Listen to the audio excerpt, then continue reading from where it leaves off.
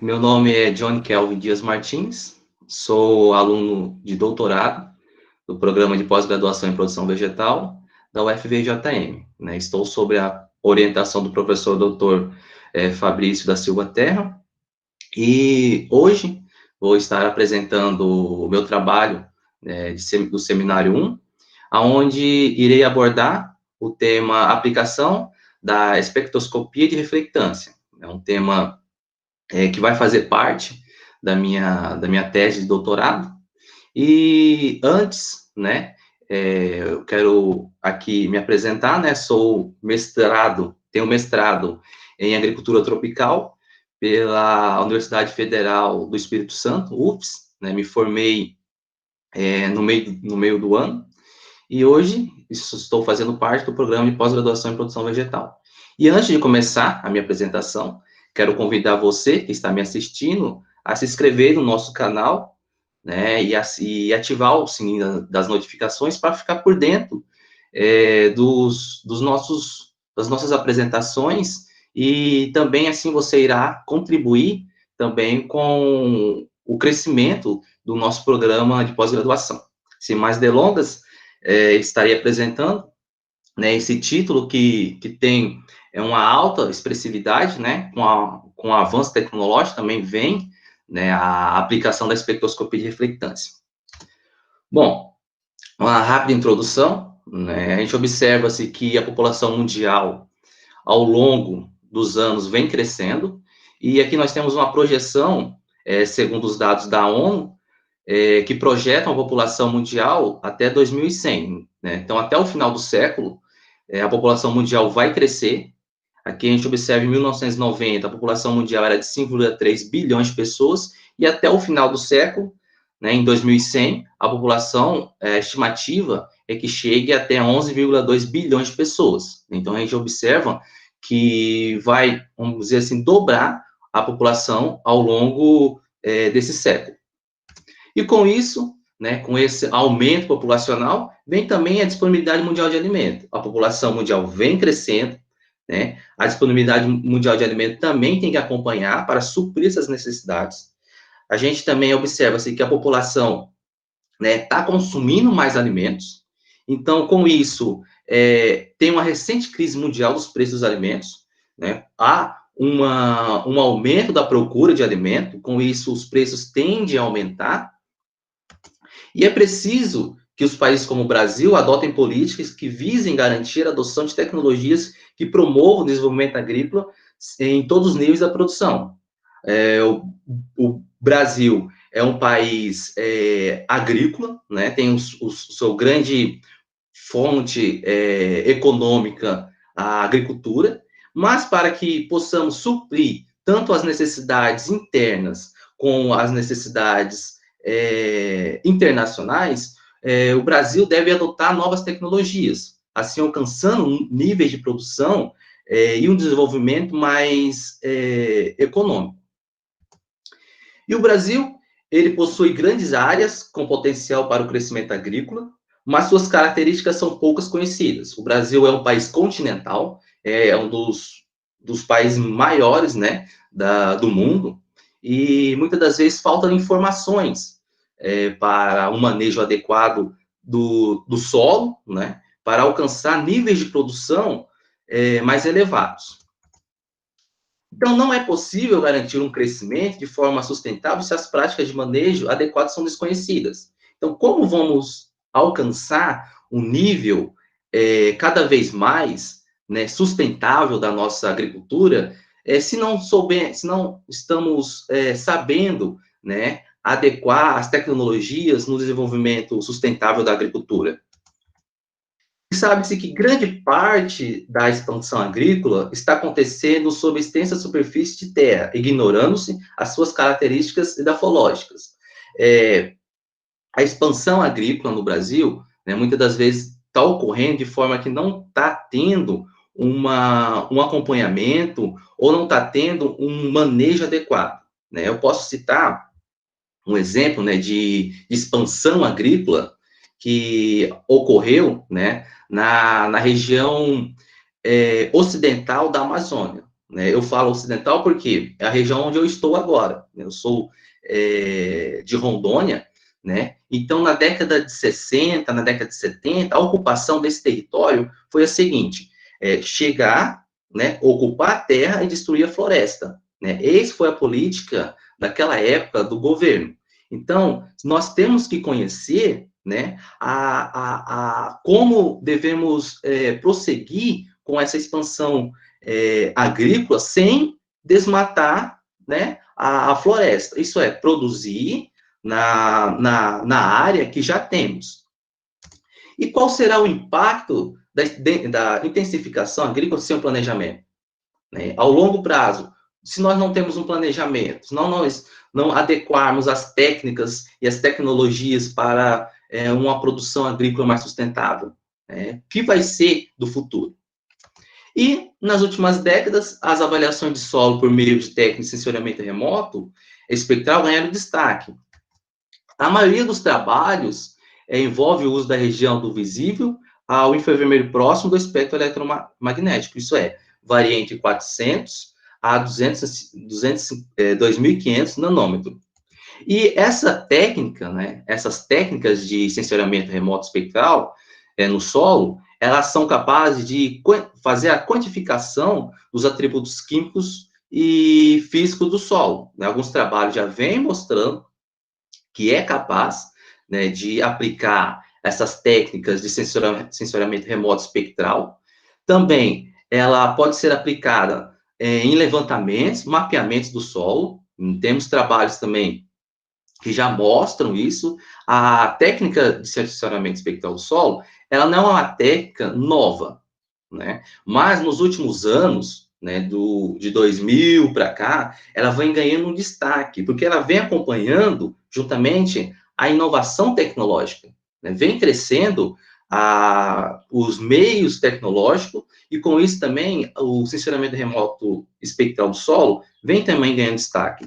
Com isso, entramos também a agricultura de precisão. Né? A agricultura de precisão, ela vem utilizando muito essas técnicas, né, de sensoramento remoto espectral do solo. E observa-se que os custos das análises de solo são muito elevados, o que dificulta a aplicabilidade da agricultura de precisão. Nós temos objetivos básicos da agricultura de precisão é o manejo localizado do solo. Então, para que se tenha um manejo localizado do solo, deve ter mais análise de solo, né? Então, quanto mais detalhes eu ter daquele meu solo, né, um detalhamento melhor será as práticas que eu posso aplicar, né, tanto conservacionista como para a produção agrícola. E, para tanto, é necessário que a variabilidade espacial dos atributos do solo são descritas de maneiras adequadas. Então, se eu tenho um melhor detalhamento desse meu solo, isso é através das análises, né, eu consigo buscar ferramentas, buscar mais melhorias, né, adequadas para manejar aquele meu solo. E com isso, né, é o que deriva em altos custos, né, a produção, as análises de solos convencionais é feito em laboratório, aonde requer, né, um alto custo, né, de materiais para fazer essas análises. Então, a espectroscopia de reflectância, ela vem para agregar, né, o mais conhecimento do meu solo, da parte física e da parte química e biológica dele. Então, o que é ver, né, a espectroscopia? De maneira geral, ela consiste no estudo da radiação eletromagnética emitida, absorvida ou refletida por um corpo. Eu tenho em questão aqui o meu solo, né, o meu objetivo, aonde a energia, né, vai interagir, né, com esse meu objeto, meu solo, e essa interação vai ter respostas. E essa técnica é largamente empregada na química, na física e na engenharias astronômica e em outras áreas do conhecimento também. Uma grande aplicabilidade dessa técnica de espectroscopia atual é o mapeamento dos solos de Marte. né? A NASA mandou uma sonda, né, onde essa sonda começa a mapear a área, né, o solo de Marte. Então, não precisa pegar uma amostra do solo lá de Marte, vir para a Terra, fazer as análises em laboratório. Através da técnicas de espectroscopia, é capaz do equipamento, né, da sonda lá, ter um sensor, onde esse sensor vai captar, né, a gente vai ver mais para frente o que vem a ser, né, as assinaturas espectrais, mas vai captar essas assinaturas espectrais e vai fazer o levantamento daquele solo, né, tanto dos atributos químicos como do físico, e também a espectroscopia na astronomia, ela pode ser aplicada, ela permite saber informações sobre as constituições químicas das estrelas. A gente também pode observar que os telescópios, né, eles têm essa aplicabilidade, né, de mapear as estrelas, né, através do uso da espectroscopia. E na física também, e na química também pode ser aplicada, porque através da espectroscopia, nos fornece informações sobre as propriedades moleculares e atômicas e da matéria. E o uso da espectroscopia de reflectância tem despertado bastante o interesse do cientista de solo, já que possui uma série de vantagens sobre as análises convencionais, né? Além de ter uma alta eficiência do uso da espectroscopia de reflectância no uso para fazer as análises de solos convencionais, né? Ela tem uma alta eficiência nas informações. E é uma das técnicas analíticas mais eficientes e econômicas e reprodutivas e disponíveis no século XXI. E em uma única leitura da resposta espectral do solo, pode-se obter uma grande quantidade de informações dos atributos físicos, químicos e biológicos. Eu tenho a minha amostra de solo, essa minha amostra de solo vai passar, né, a gente vai ver depois os equipamentos, vai passar pelos equipamentos, esses equipamentos é capaz de fazer essa leitura, né, eu posso guardar essa amostra de solo e outra vez posso fazer outra leitura, então há uma versatilidade na utilização dessa prática de espectroscopia na avaliação do solo, além de ser econômica, né? Porque a espectroscopia de reflectância, ela não requer um preparo da amostra, ela não requer o uso de reagentes, né? Então já há uma economia nessa questão, né, das análises. E com a aplicação da espectroscopia, avaliações do solo utilizando técnicas de espectroscopia, sensoramento remoto, ela pode ser aplicada na espectroscopia de reflectância, onde ela tem grande potencialidade por dispensar o preparo, como eu falei, específico das amostras e o uso de reagente, além de ser mais barata e muito mais rápida que as técnicas de análise convencionais. Aqui nós temos um exemplo do uso da técnica, né, de espectroscopia, o equipamento, aonde nós temos o nosso equipamento, esse equipamento foi desenvolvido pela Embrapa, a Gelbis, né, a Embrapa fez esse equipamento com parceria com algumas outras instituições. Nós temos o produtor, né, ele coleta essa amostra, né, essa coleta dessas amostras, ela pode ser georreferenciada, né, ele coletou essas amostras, é acondicionada, né, e identificada, pode colocar em sacos plásticos mesmo, identificada, é feita uma leitura através desse equipamento, onde vai utilizar sensores, onde são capazes de identificar, né, a radiação eletromagnética, né, no caso vamos ver também, mais para frente, a espectroscopia de reflectância. Esses resultados aqui são transmitidos para uma central de avaliação. Essa central de avaliação, ela é em nuvem, né? Então é fácil o acesso.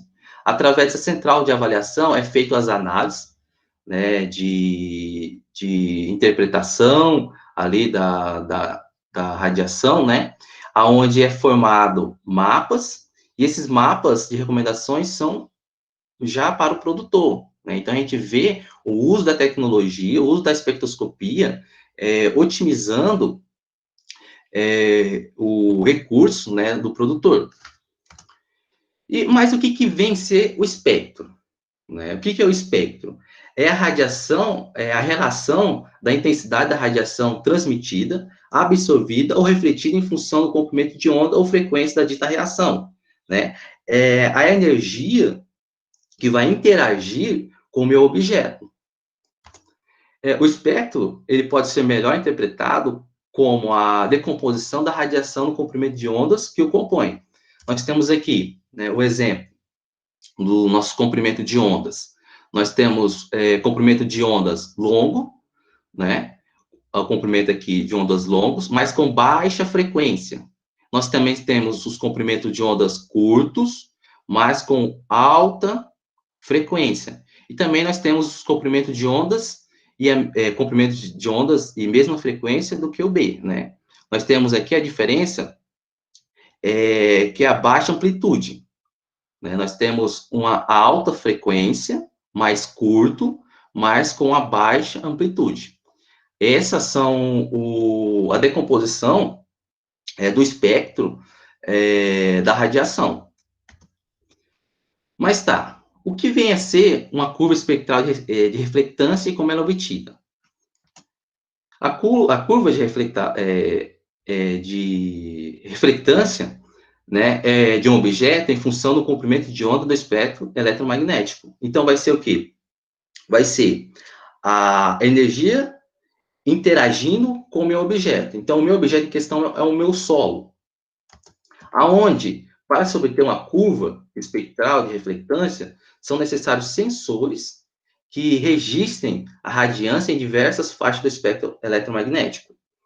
Aqui, nós temos o que o sensor vai captar. O sensor vai captar os meus fótons, né?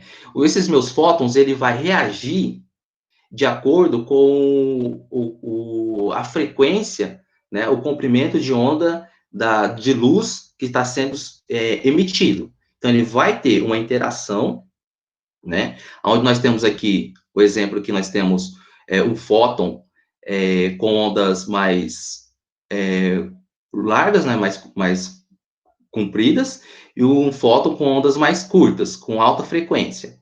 Então, cada fóton, né, da matéria vai agir de acordo com a energia que está sendo direcionada para ele. A curva espectral, ela é uma assinatura, né? Cada elemento, né, ele tem a sua característica, ele vai reagir de um modo diferente quando a gente incide a radiação e o comprimento de radiação na matéria.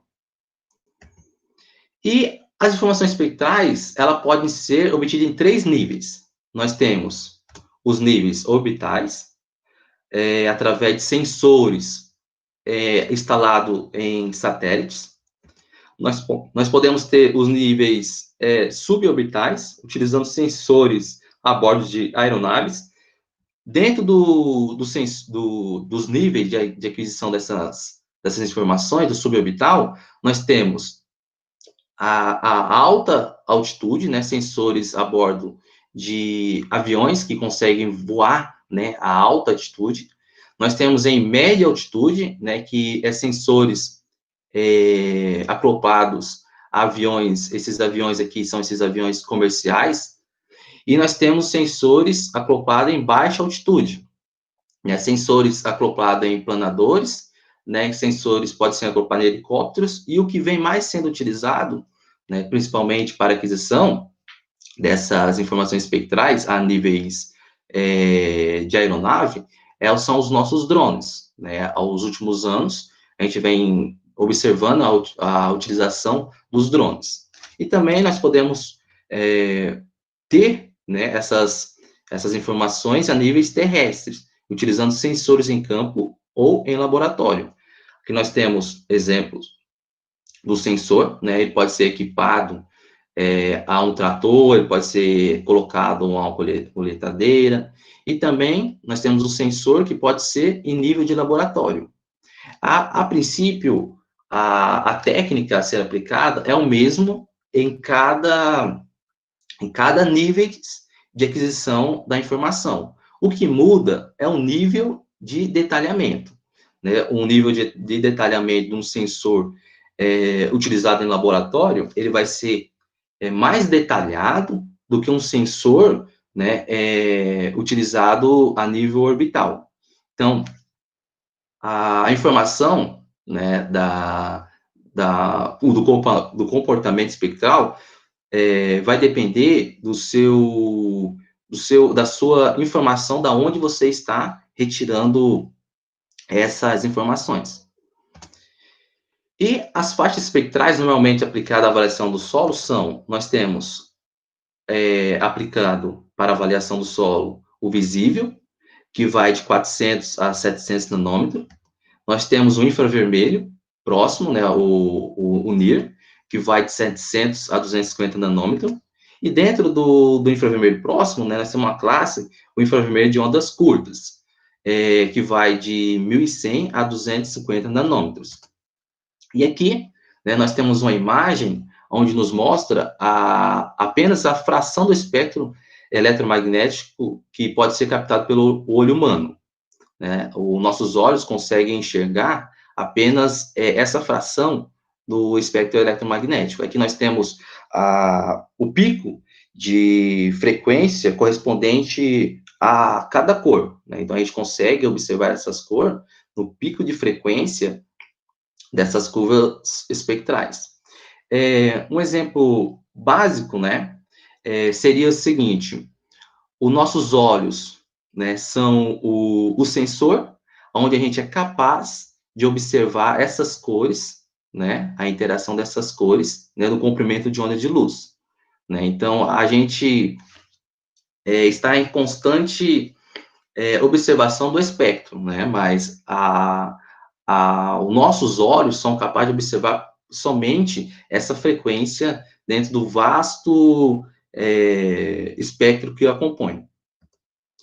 E aqui nós temos em laboratório como pode ser obtido, né, os dados de reflectância na faixa do visível, na faixa do infravermelho próximo e no infravermelho de ondas longas. Perdão, de ondas curtas. Aqui nós temos o equipamento espectroradiômetro Feldspec 3, onde ele vai operar na faixa espectral desde 350 a 250 nanômetros. Ele funciona da seguinte forma: eu tenho a minha fonte de radiação, né, a minha luz, aonde eu vou ter um sensor aqui, onde esse sensor vai ser acoplado através de cabo de fibra ótica, né, aonde vai ser acoplado ao feldspectro radiômetro.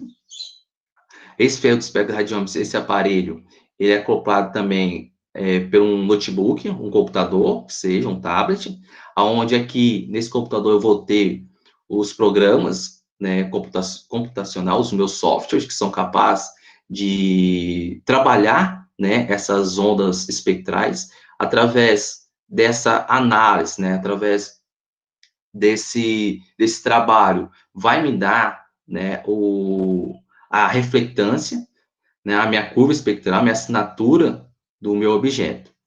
Aí aqui nós temos o nosso solo, né, que vamos fazer, né, o trabalho, no caso aqui. Mas antes de eu analisar esse meu solo, eu preciso calibrar esse meu equipamento. Eu faço a calibração através dessa placa, onde essa placa ela é totalmente branca, né? Eu coloco essa placa aqui.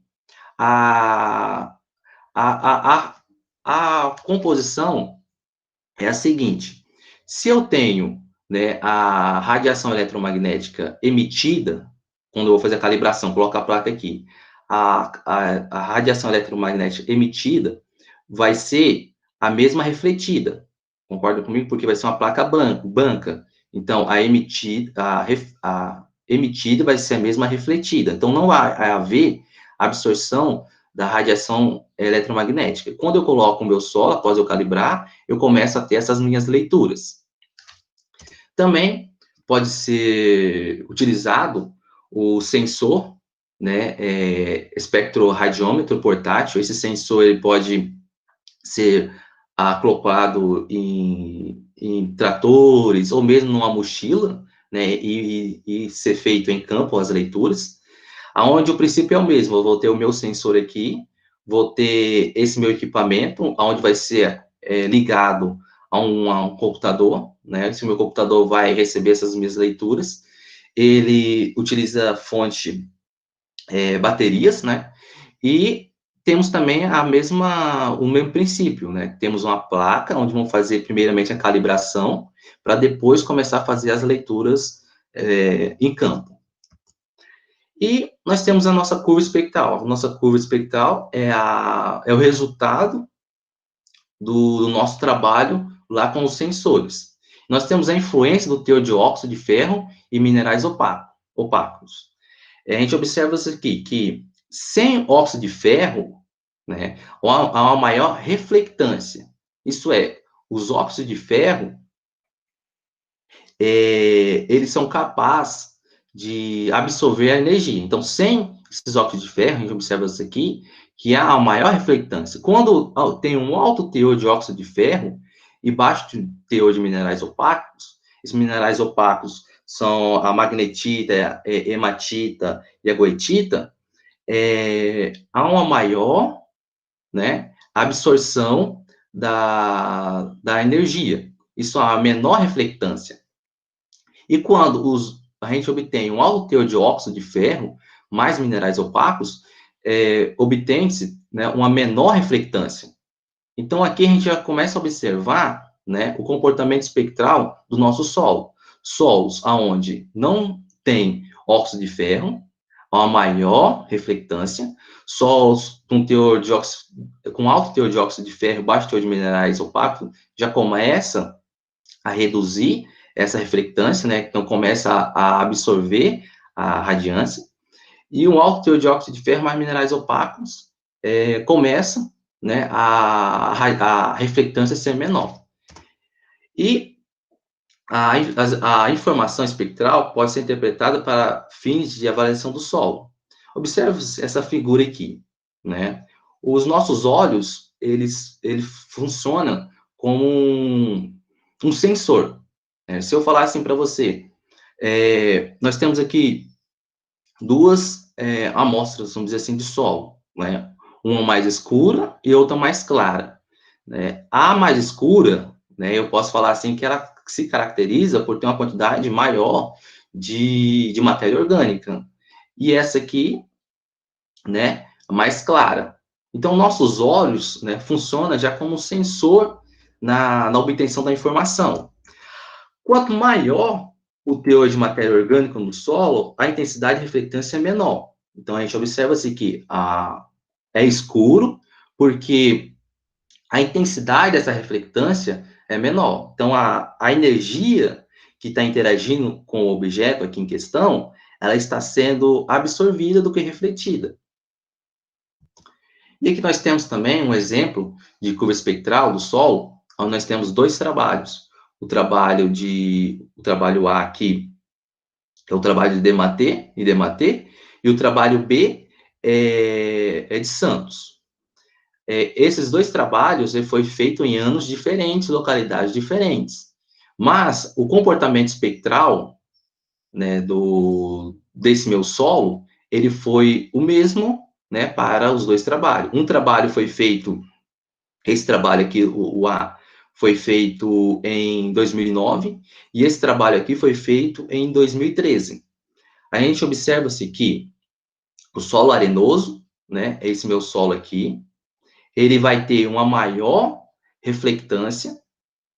A gente observa-se também que resultados também por Santos foi o mesmo comportamento, né, espectral, né, para solos arenosos. A gente observa-se também que o comportamento espectral para solos muito argilosos, né, também teve o mesmo comportamento. A gente observa isso aqui. Então, a espectroscopia de reflectância, aqui nesse caso, foi capaz de identificar se o meu solo é arenoso, se o meu solo continha muita argila, e a reflectância, a intensidade de reflectância, ela diminuiu nas amostras arenosas para muito argilosa, o que nós observamos, né? E isso ocorre principalmente pela maior agregação do solo, mais argiloso, do que provavelmente causou maior absorção da energia eletromagnética. Então, solos que contêm um maior teor de argila, ele é capaz de absorver a energia eletromagnética do que solos mais arenosos. Solos mais arenosos, eles são capazes de refletir mais do que solos argilosos. E aqui nós temos um trabalho também de Lopes. Aqui nós já fazemos também, né, usar o nosso sensor, né, nossos olhos, para identificar essas amostras. A gente observa isso aqui, né, pelas tonalidades dessas amostras. Né, nós temos um solo, um cambisolo, o A, nós temos o neossolo, nós temos um latossolo. Né, cada solo aqui teve um comportamento espectral, né, uma assinatura espectral aqui diferente. Né. No nosso cambisolo, a gente tem, né, uma alta reflectância. No nosso latossolo, já diminuiu essa reflectância, e no nosso neossolo, já diminuiu essa reflectância, no nosso latossolo foi bem diminuído. Por quê? Vamos lá. O solo A, que é o nosso cambisolo, ele apresentou feições típicas de solo constituído por argila 2:1. Por quê? Essa feição de absorção aqui, ela foi típica de micas, aonde foi identificada a 1.400 nanômetros. E nós temos as feições no espectro aqui, nesse ponto de 1.900 para as mectitas. E nós temos também, nesse espectro, né, nesse absorção aqui, as vermiculitas. E nós temos aqui uma baixa reflectância, porque é um fenômeno atribuído à quantidade de energia absorvida pelos óxidos de ferro. Então, os óxidos de ferro, eles são capazes de absorver essas energias, né, do que refletir. Então, aqui nós começamos a aplicar a espectroscopia de reflectância para identificar os nossos solos. E a influência dos componentes do solo sobre a absorção e reflexão da energia emitida permite associar as variações espectrais com as variações dos teores dos elementos do solo. E porque é possível realizar quantificação de atributos do solo a partir de dados espectrais. Né? Os nossos dados espectrais são as assinaturas dos nossos elementos que compõem o solo. Né? Cada elemento tem a sua peculiaridade no componente da assinatura espectral, como vai reagir com a energia, a interação da energia ali com o objeto. Usando o comprimento de ondas do visível infravermelho próximo e infravermelho médio, pesquisadores de várias partes do mundo têm estimado diversas propriedades do solo. Então, através dessa aplicação da espectroscopia de reflectância, alguns pesquisadores, né, em diversas partes do mundo, vêm associando o comportamento espectral do solo, do meu alvo em estudo, a diversas propriedades do solo que eu componho. E as técnicas de espectroscopia de reflectância são constantemente utilizadas na identificação, caracterização e elucidação de estrutura de moléculas e compostos, bem como no monitoramento e controle das reações químicas. Os átomos e as moléculas, elas absorvem ou refletem a energia de uma determinada região do espectro eletromagnético, o que oferece informações sobre a composição química e estrutural da amostra. Então, quando eu incido a minha radiação sobre a minha amostra de solo ali, né? O sensor vai ser capaz de captar essa variação do componente, né, da energia eletromagnética, aonde eu vou ser capaz de identificar, né, a peculiaridade de cada elemento. Dematê, em um trabalho de 2016, eles observaram as mudanças químicas no solo, levaram à modificação no espectro, sendo que as alterações de 650 nanômetro foram atribuídas ao carbono. Então, Dematê fez um trabalho onde ele atribuiu essa mudança de 650 nanômetro ao carbono. Também, né, nesse trabalho, ele atribuiu a mudança de 1.550 nanômetro à quantificação do meu cálcio e de 1.900 nanômetro no meu potássio e de 2.100 nanômetro ao meu magnésio.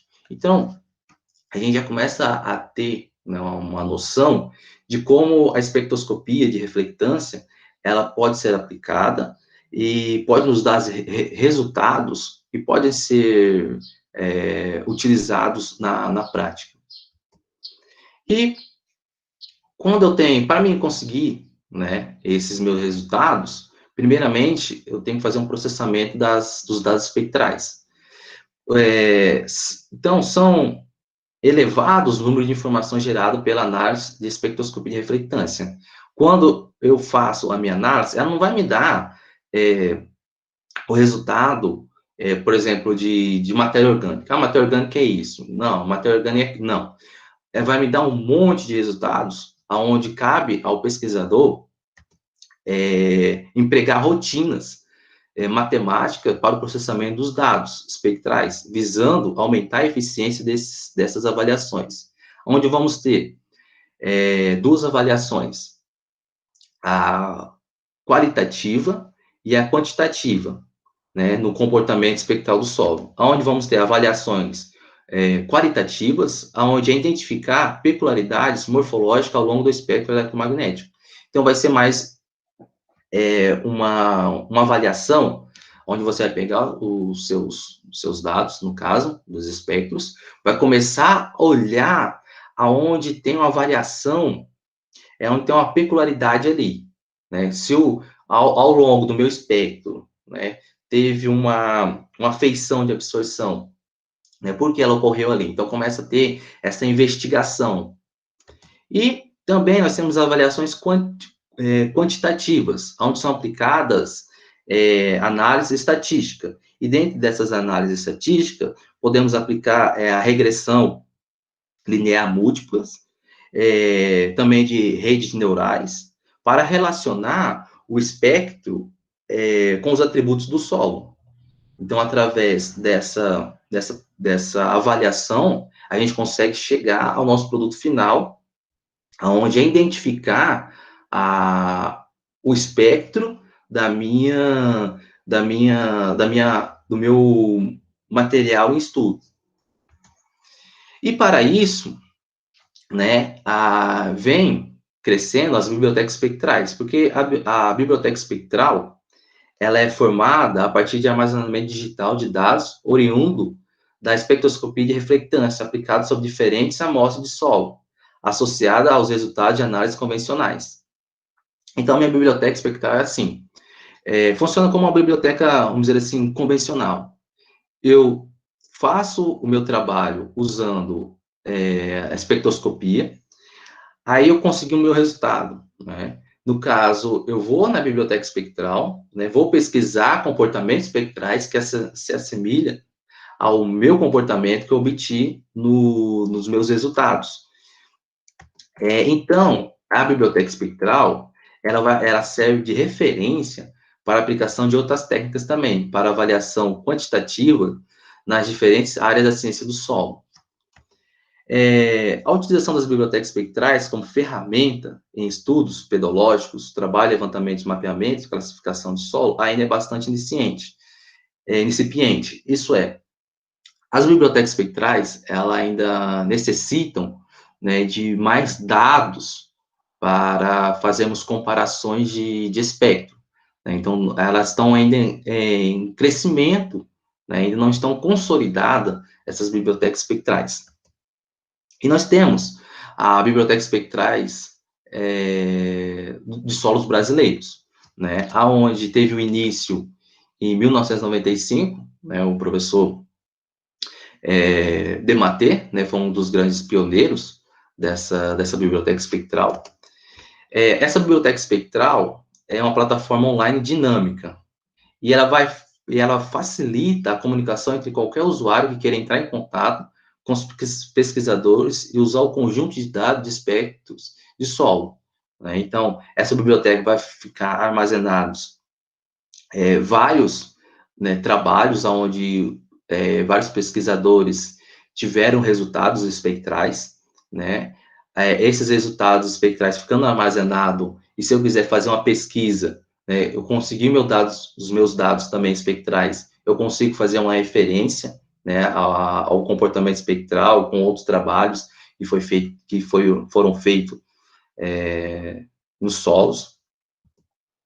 E a biblioteca espectral, atualmente, ela contém 39.289,84 amostras de solo, de 65 colaboradores, representando 41 instituições.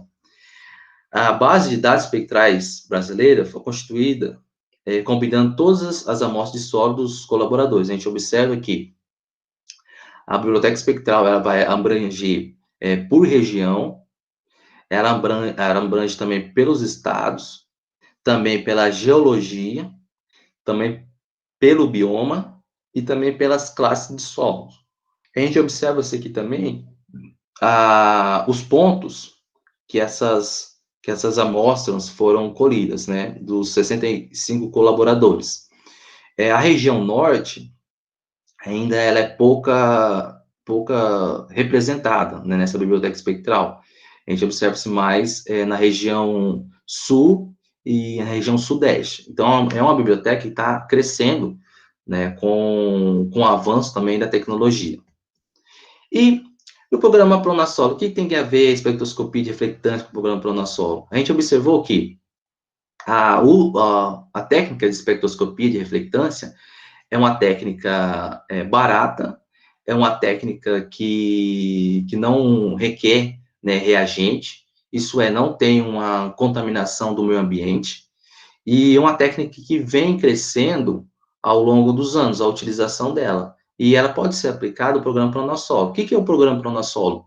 O programa Pronasolo, no começo do mês agora de dezembro, foi lançado, né, a plataforma, onde o objetivo é mapear os solos de 1,3 milhões de quilômetros quadrados do país nos primeiros 10 anos, e mais de 6,9 milhões de quilômetros quadrados até 2048.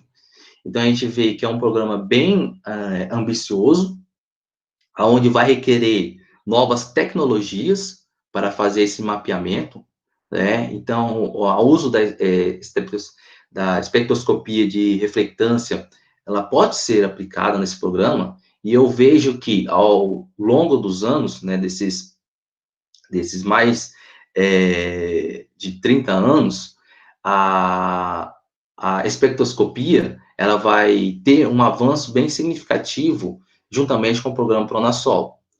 E o programa Pronasol foi criado porque há uma carência de informações detalhadas sobre os solos brasileiros, é um sério problema para o desenvolvimento nacional. Lembra que lá no começo que eu falei que para ter, né, um desenvolvimento agrícola mais sustentável, para alcançar os níveis de produção, para suprir tantas necessidades nacionais como mundiais, a gente tem que ter informações? Então, o programa Pronasol vem para isso, né? A gente tem informações mais detalhadas dos nossos solos.